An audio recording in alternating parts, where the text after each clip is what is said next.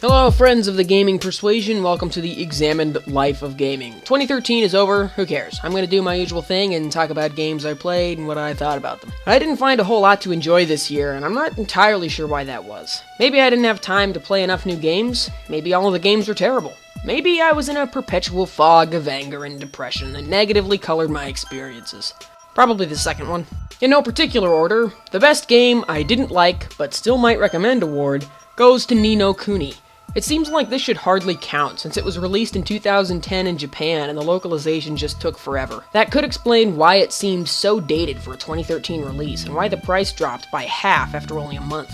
As far as games that I hate go, I do have to respect Ni no Kuni. It's not the game for me. The things I usually dislike about JRPGs is how slow they are, how constricted they are, and how much meaningless customization they have. Ni no Kuni is even slower, just as complex, and no freer than any other JRPG. For JRPG fans that have 40 free hours a week they can use to play a game, it's probably great.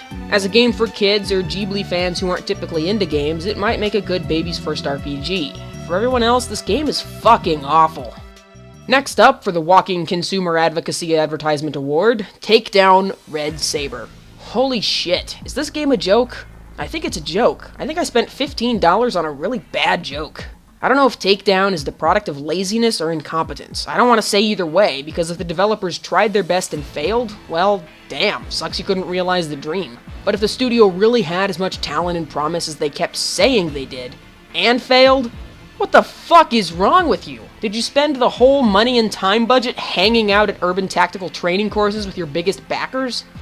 The award for most average game that seems worse than it is, Resident Evil 6. Resident Evil 6 is seriously average. Co-op is a decent amount of fun, but nowhere near as good as 5. There's no item buying or weapon upgrades, and you don't/can't trade items with your co-op partner. What really grates on me is that the game seems mechanically sloppy when compared to RE5.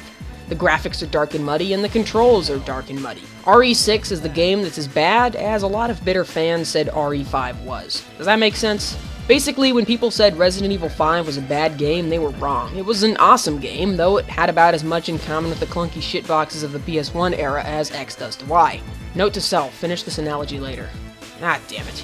Resident Evil 6 is as bad as Resident Evil 5 is called, but it's still not terrible, it's just another average game. And for most people, I suspect that's what's causing them to call it terrible, because such an average game comes at the end of a storied franchise. A McDonald's hamburger is a bummer after eating filet mignon, but if you'd rather fucking starve to death, let me know.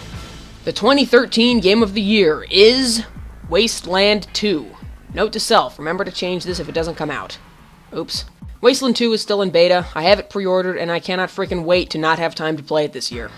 The 2013 Game of the Year, if I pretend Far Cry 3 didn't exist, is Far Cry 3 Blood Dragon. Far Cry 3 was decently fun for a while, but it was too big and really dragged on. Much like the Just Cause series, the gameplay is fun, but not deep enough to hold my interest throughout such a huge world. Blood Dragon is just the right amount of fun, and even though the powers and abilities are almost identical to Far Cry 3, they feel so much more at home in this game, and it's classy as shit. The 80s vibe is awesome. The 2013 Game of the Year is, for real this time, Payday 2. Payday 2 is hella fun for hella value. I need to fire my writer, which is me. Anyway, I might not consider it a classic, and I don't think it's the kind of game I'll ever come back to, but it was the first MOBA-style 4-player co-op game I didn't actively hate. All the parts worked, and it was obviously made by a studio that gave a crap about their product. Payday 2 publisher 505 Games is on my hit list for their part in Takedown Red Saber, also known as Takedown, the worst mod ever made with a $170,000 budget and sold at retail to the unsuspecting public. Starbreeze, though, are heroes. They were the team behind Chronicles of Riddick, the game that turned what we thought about movie licensed games on its head. Oh yeah, those used to be always terrible, all the time. I forgot about that, it seems so long ago. The PC Game of the Year for hardcore people who are better than console gamers award, Rising Storm. This is some of the best asymmetrical multiplayer I've ever seen. Flamers are imbalanced as shit though, seriously.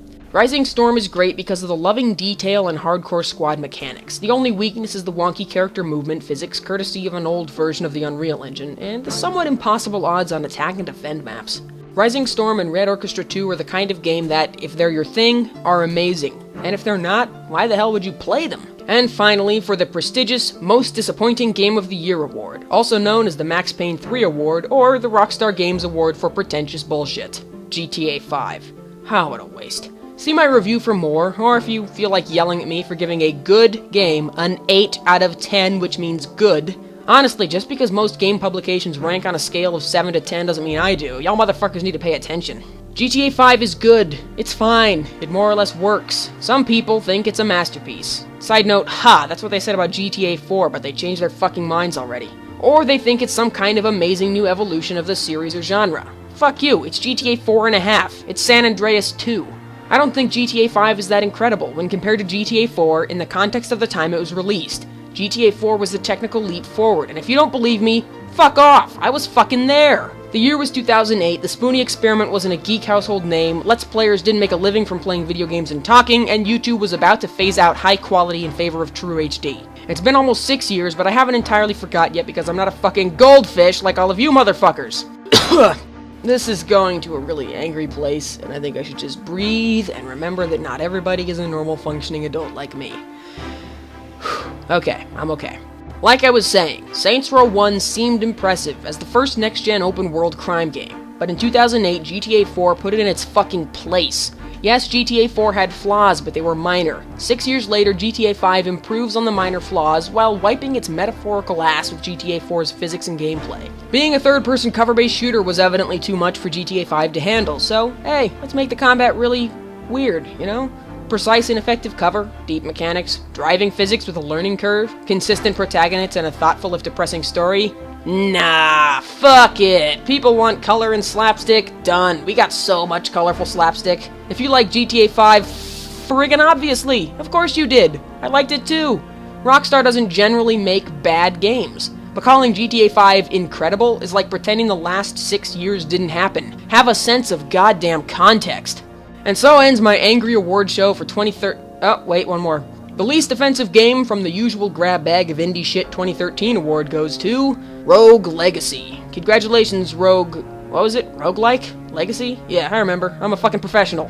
Rogue Legacy is kind of fun, but turns into a grind very quickly. The Castlevania combat and RPG elements are fun, but the random castle and overall simplicity of the game starts getting repetitive long before you start making real progress. How much cooler would it be if there were actual lineages instead of randomized offspring each time? If you play 6 myopic heroes in a row, you'd think the family line would trend towards short-sightedness, but no, there's no actual lineage. You just choose one of 3 unrelated heroes, themselves unrelated to the previous hero in the family. Maybe the family is completely impotent and just adopts? Anyway, if you like huge, gassy, bearded ladies, give Rogue Legacy a shot. And so ends 2013. What a year, what a year. I hope to never see its worthless like again. Keep watching the Examined Life of Gaming for 2014. If things go as planned, I'll have some cool episodes for you guys. See you next time.